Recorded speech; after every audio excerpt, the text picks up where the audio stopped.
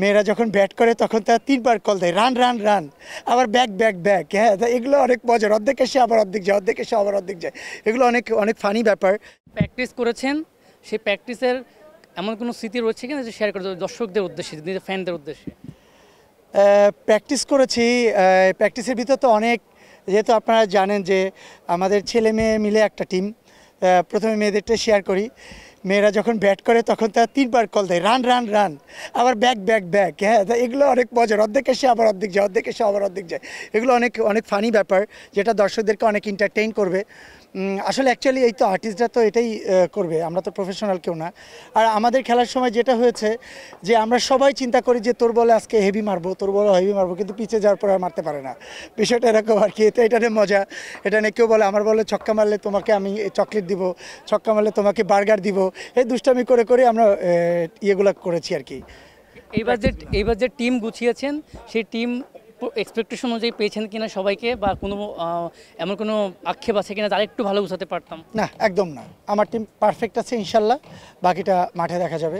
আমরা ব্যাটিংয়ে বলিংয়ে সব দিক দিয়ে মোটামুটি আমার ব্যালেন্সেবল টিম। শুধু আমারটা না, আমার মনে হয় প্রত্যেকটা টিমই ব্যালেন্সেবল, আমার কাছে তাই মনে হয়েছে। একটা কথা আপনি যে বলেছিলেন যে প্লেয়ার হতে গিয়ে নায়ক হয়ে গেছি, আমি দেখেছিলাম বেশ কিছু গণমাধ্যমে। আসলে এমনটা কি আদৌ মনে করেন কিনা, এবং ক্রিকেটটাকে কতটুকু ভালোবাসেন? যেহেতু খেলছেন অবশ্যই ভালোবাসেন, বাট কতটুকু ভালোবাসেন আপনার মুখ থেকে শুনতে চাচ্ছি। ভাই, ক্রিকেটকে অনেক বেশি ভালোবাসি, বিকজ এই অবস্থা দেখতেছেন 4-5 দিনে প্র্যাকটিস করে।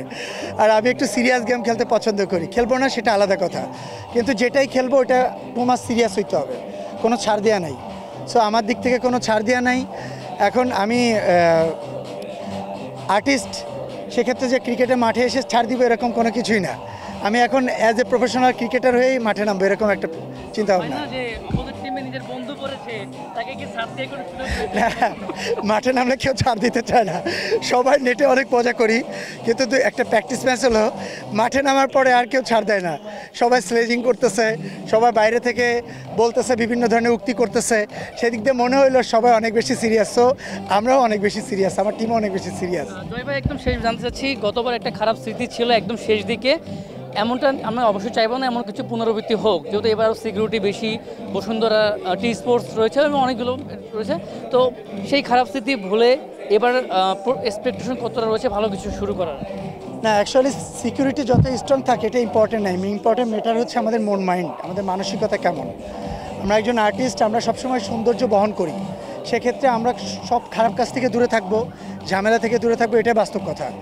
তারপরও অনেক সময় অনেক ধরনের বেশি এক্সাইটমেন্টের জন্য হয়ে যায়।